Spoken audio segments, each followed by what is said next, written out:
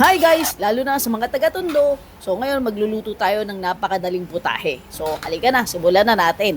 Una, naglagay ako ng mantika. So syempre, pagkatapos ng mantika, maglalagay naman tayo ng bawang. Ang ginamit ko dyan ay mga 1 kutsarang bawang. At pagkatapos ay sinundan ko naman ito ng sibuyas. So syempre, halo lang tayo ng halo. So ngayon, gumamit naman ako ng CDO Carne Norte. 2 lata lang itong ginamit ko. So syempre, simutin nyo na. Kung naman na hindi nyo sisimutin, sayang din. Ang taas kaya ng bilihin ngayon. Ayan guys, so pagkatapos natin inilagay ang CDO Carne Norte, maglalagay naman ako ng repolyo ngayon. So yung repolyo niyan, hiniwa ko lang siya ng ganyang kaliit.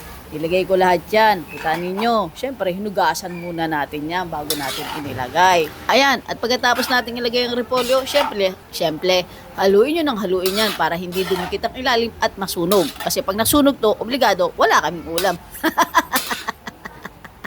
O ayan, sige, halo pa ng halo.